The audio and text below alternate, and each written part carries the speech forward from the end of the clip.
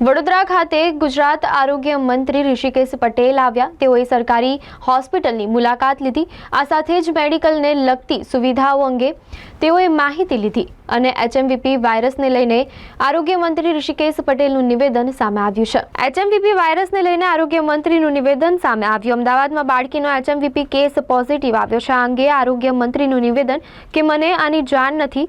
Corona વાયરસના પ્રોટોકોલથી જ આ વાયરસની સારવાર થશે. લક્ષણો પ્રમાણે આની સારવાર થશે. આની ટેસ્ટ કિટની વ્યવસ્થા સરકાર 2-3 દિવસમાં કરી લેશે. એચએમવીપી વાયરસને લઈને કેન્દ્ર અને રાજ્ય સરકાર જાગૃત છે. લોકોએ ગભરાવાની જરૂર નથી. જરૂર પડે તો શું કરવું અને શું ન કરવું તે અંગેની ગાઈડલાઈન નક્કી કરાશે. સમગ્ર દુનિયામાં જે રીતે કોવિડ ફેલાયો હતો તેને સરકારે કંટ્રોલ કર્યો અને એચએમવીપી વાયરસ પણ વધુ નુકસાન ન કરે તેની સરકારની તૈયારી છે. આખી દુનિયાની અંદર જે રીતે કોવિડનું પ્રમાણ વધ્યું અને આ તો ભારત 144 કરોડનો દેશ હતો અને છતાં પણ કેન્દ્ર સરકાર અને આદરણીય નરેન્દ્રભાઈએ વ્યક્તિગત રસ લઈ અને લોકડાઉન થી લઈ અને છેક સુધી કોવિડની રસી શોધાય ત્યાં સુધી ના પગલા જે લીધા એના કારણે આવડા મોટા દેશમાં દુનિયાને પણ ચિંતા હતી કે ભારતનું શું થશે, પરંતુ નેતૃત્વ નરેન્દ્રભાઈ મોદીનું હતું. સેફ, હા, નુકસાન ચોક્કસ થયું, દુનિયાને થયું છે, ભારતમાં પણ થયું છે અને ભારતમાં જ્યારે આ નુકસાન થયું છે એટલે ખૂબ ઓછા પ્રમાણમાં આજની તારીખે પણ ક્યાંક બીજા દેશમાં કોવિડ દેખા દે છે ને કોવિડ હોય છે. મારી પાસે એની હકીકતમાં કોઈ વિગતો અત્યારે ઉપલબ્ધ નથી, પણ હું કહું છું તમે કહો છો, પણ મારી પાસે ઓફિશિયલ વિગતો આવે એટલે એ બાબતે હું કહીશ. તૈયારી મેં કહ્યું એ પ્રમાણે આની અંદર લક્ષણો પ્રમાણે એ દર્દીની સારવાર થતી હતી. કોવિડમાં જે પ્રોટોકોલ હતો એ જ પ્રોટોકોલથી આની સારવાર થતી હોય છે.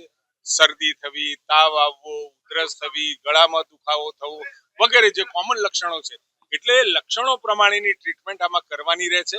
આમાં જે ટેસ્ટ કરવાનો છે, ટેસ્ટ માટેની કીટો પણ આપણે હવે વ્યવસ્થા કરવા તરફ છીએ અને લગભગ 2-3 દિવસમાં દરેક હોસ્પિટલમાં આ કીટો ટેસ્ટિંગ, જેમ કે કોવિડ આપણે જોઈ ચૂક્યા અને હું તો એવું માનું છું કે અત્યારે આપના દ્વારા આ સમાચાર સરકાર બિલકુલ જાગૃત છે, કેન્દ્ર સરકાર પણ જાગૃત છે.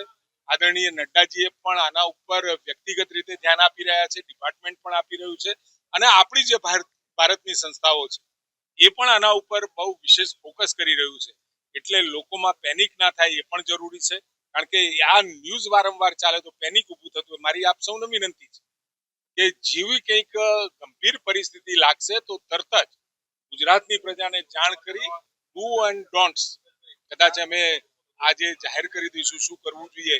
શરદી થઈ હોય, ઉધરસ હોય તો જાહેરમાં એ છીંક નહીં, કોઈને હાથ ધોવા વગેરે વગેરે જે પહેલાના હતા એ જ ડૂઝ એન્ડ ડોન્ટ્સ છે.